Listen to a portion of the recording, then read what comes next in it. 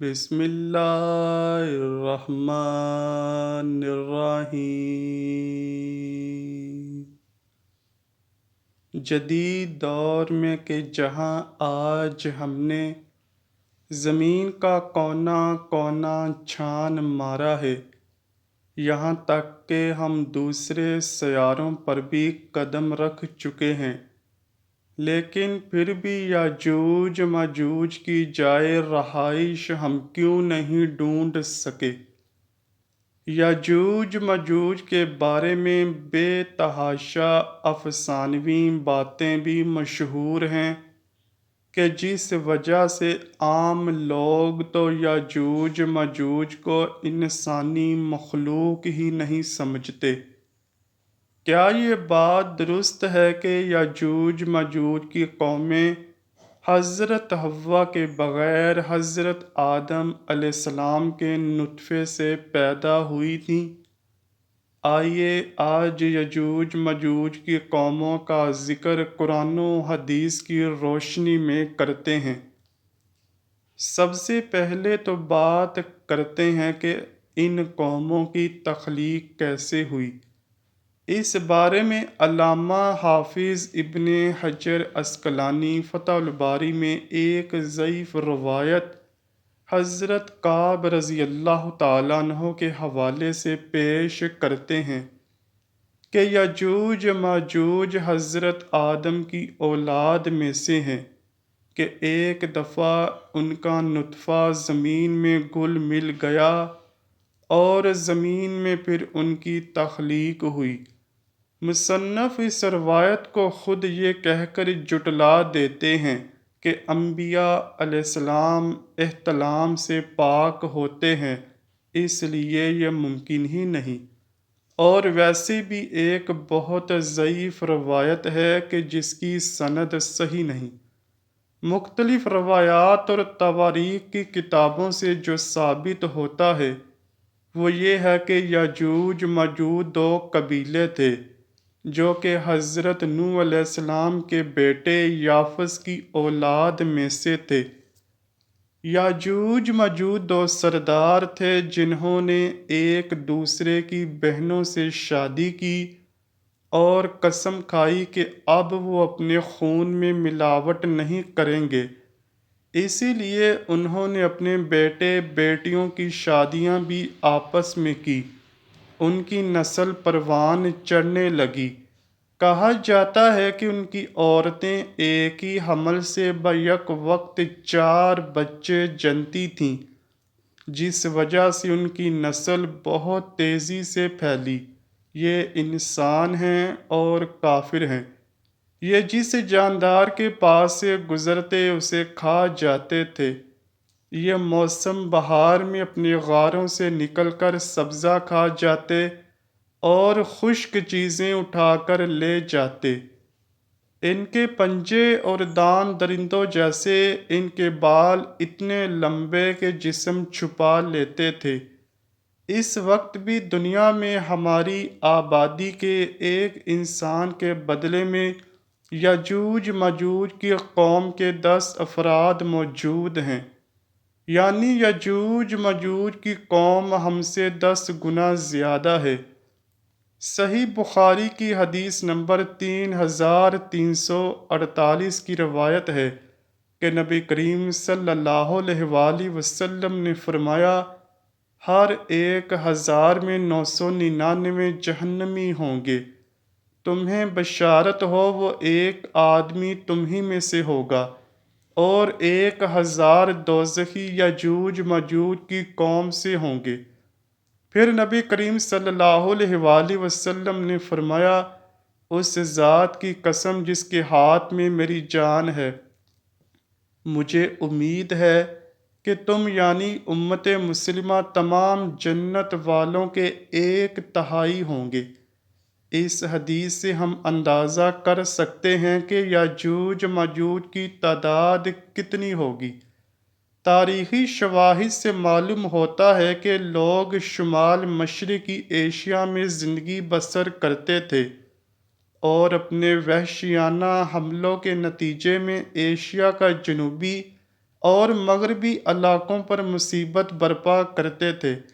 بعض تاریخ دانوں نے ان کی رہائشی علاقے کو ماسکو اور توبسے کے آس پاس بتلایا ہے، اور بعض کا خیال ہے کہ یجوج مجوج کا شہر تبت اور چین سے بحیرہ منجمد شمالی تک اور مغرب میں ترغستان تک پھیلے ہوئے تھے۔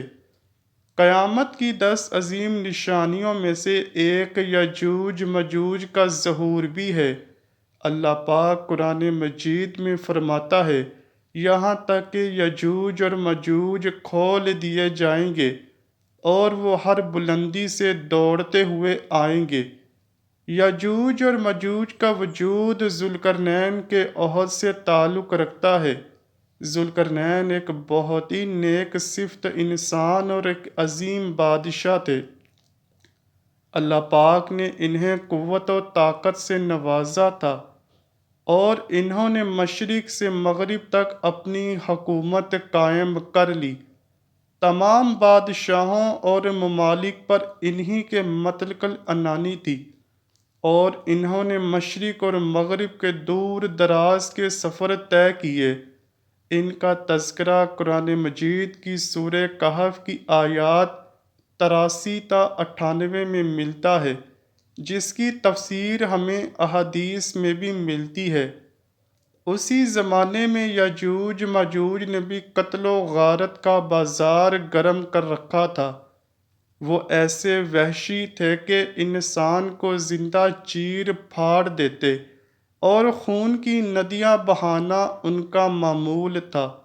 جب بھی کوئی علاقہ فتح کرتے تو وہاں موجود جوان لڑکیوں کا خون پی جاتے، جس سے وہ خود کو دوبارہ جوان محسوس کرتے۔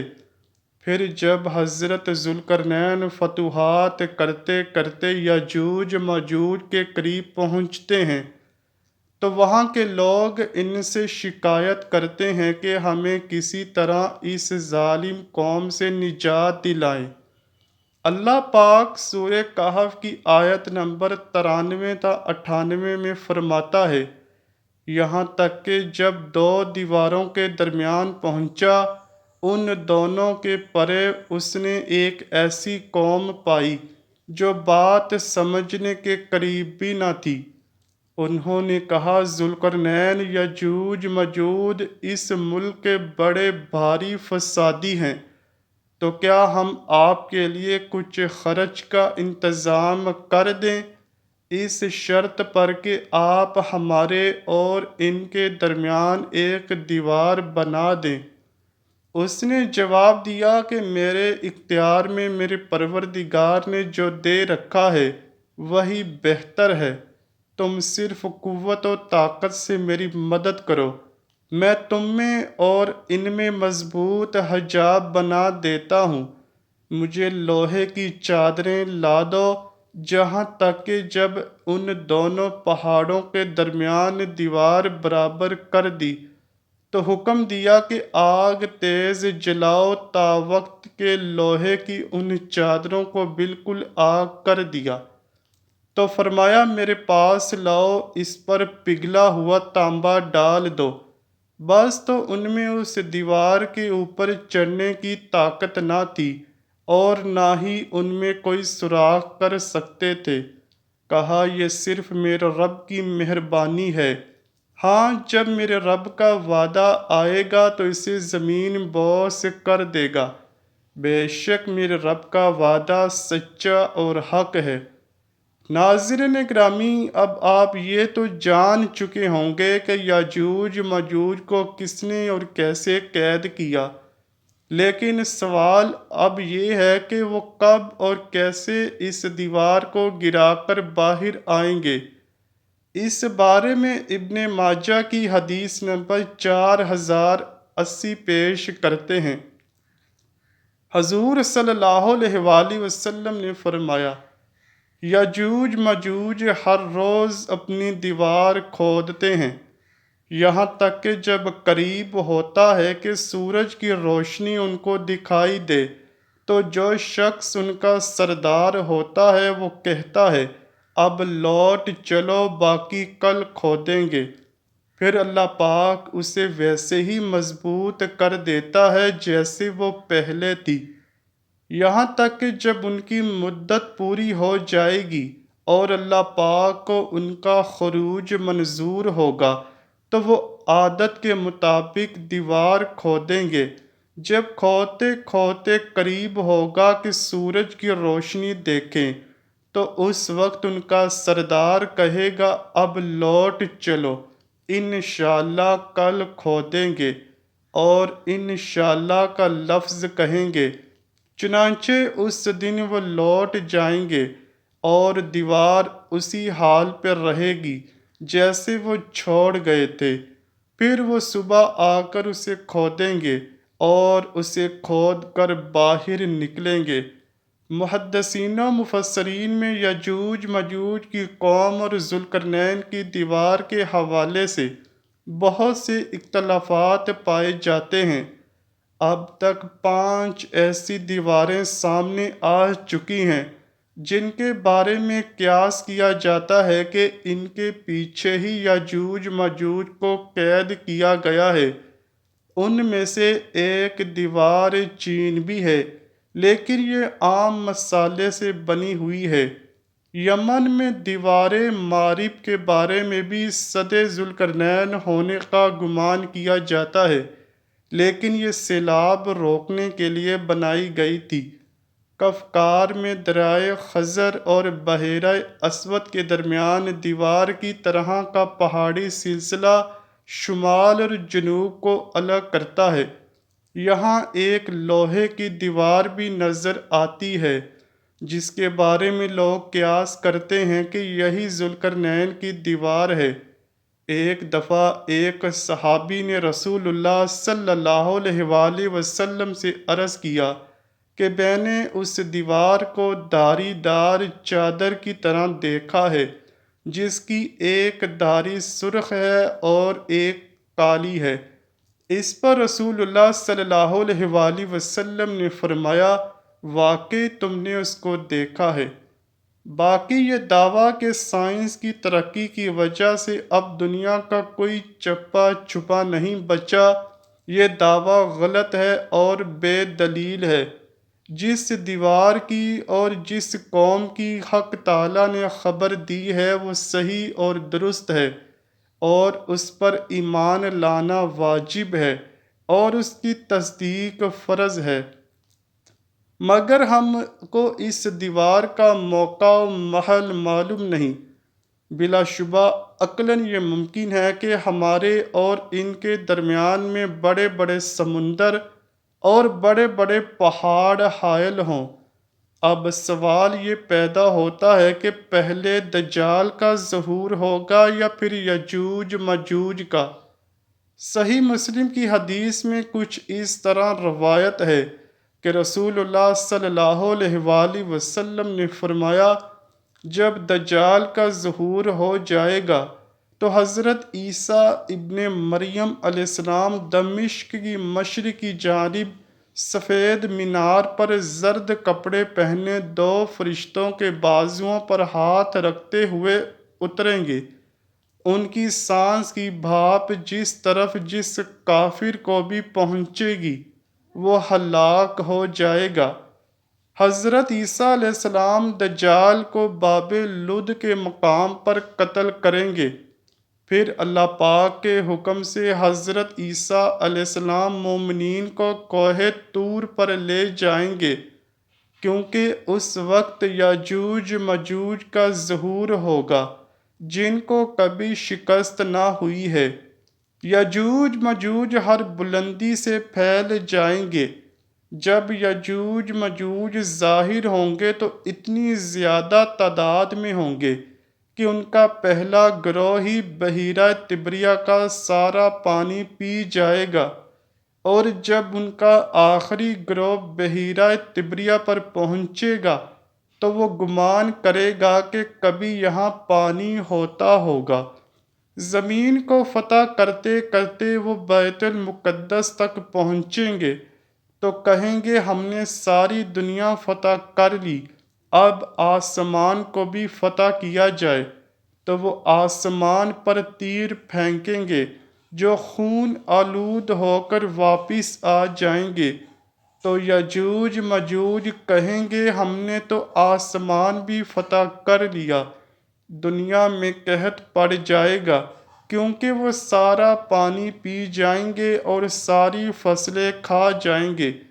پھر حضرت عیسیٰ علیہ السلام اور ان کے ساتھی جو کہ کوہ طور پر محصور ہوں گے، وہ اللہ سے دعا کریں گے تو اللہ پاک حضرت عیسیٰ علیہ السلام کی دعا قبول کر لے گا، تو یجوج مجوج کی گردنوں میں ایک کیڑا پیدا ہو جائے گا جس سے ساری قوم ہلاک ہو جائے گی۔ ہر طرف یجوج مجوج کی لاشیں ہوں گی، گندگی، بدبو اور خون کی ندیاں بہہ رہی ہوں گی، یہاں تک کہ زمین پر پیر رکھنے کو جگہ نہ ملے گی۔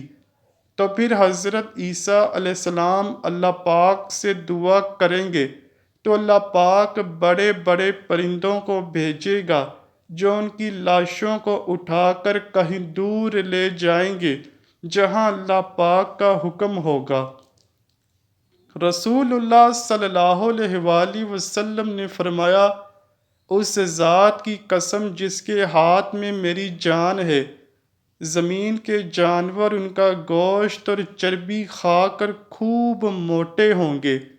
جب پرندے ان کی لاشوں کو اٹھا کر لے جائیں گے تو ان کے تیر کمان اس مقدار میں زمین پر ہوں گے کہ مسلمان ان کے تیر اور کمانوں سے 7 سال تک ایندھن جلا سکیں گے۔ اس کے بعد اللہ پاک ایسی بارش برسائے گا کہ سب کچھ اس میں بہہ جائے گا اور زمین ساری دھل کر پاک ہو جائے گی۔ پھر زمین پر ایسے پھل اگیں گے کہ ایک انار ایک جماعت کے لیے کافی ہو جائے گا۔ دودھ میں ایسی برکت ہوگی کہ ایک اونٹنی کا دودھ ایک بڑی جماعت کے لیے کافی ہوگا، ایک بکری کا دودھ ایک گھرانے کے لیے کافی ہوگا۔ پھر کئی سال تک لوگ ایسے ہی رہیں گے۔ پھر اللہ پاک ایک ٹھنڈی ہوا بھیجے گا جو سارے مومنین کی جان لے لے گی، اور باقی لوگ گدھوں کی طرح کھلے عام زنا کریں گے، ظلم و زیادتی پھیل جائے گی۔ پھر انہی لوگوں پر قیامت برپا ہوگی۔ دعا ہے کہ اللہ پاک ہم سب کو اپنے پیارے حبیب صلی اللہ علیہ وآلہ وسلم اور ان کی آل پاک سے سچی و پکی محبت کرنے کی توفیق عطا فرمائے، آمین یا رب العالمین۔ امید کرتا ہوں کہ آپ کو ویڈیو ضرور پسند آئی ہوگی۔ اگر ویڈیو پسند آئی ہے تو ویڈیو کو لائک کیجئے، شیئر کیجئے اور چینل کو لازمی سبسکرائب کیجئے۔ کمنٹ سیکشن میں اپنی رائے کا اظہار بھی ضرور کیجئے گا۔ ملتے ہیں اگلی ویڈیو میں، تب تک کے لیے اللہ حافظ۔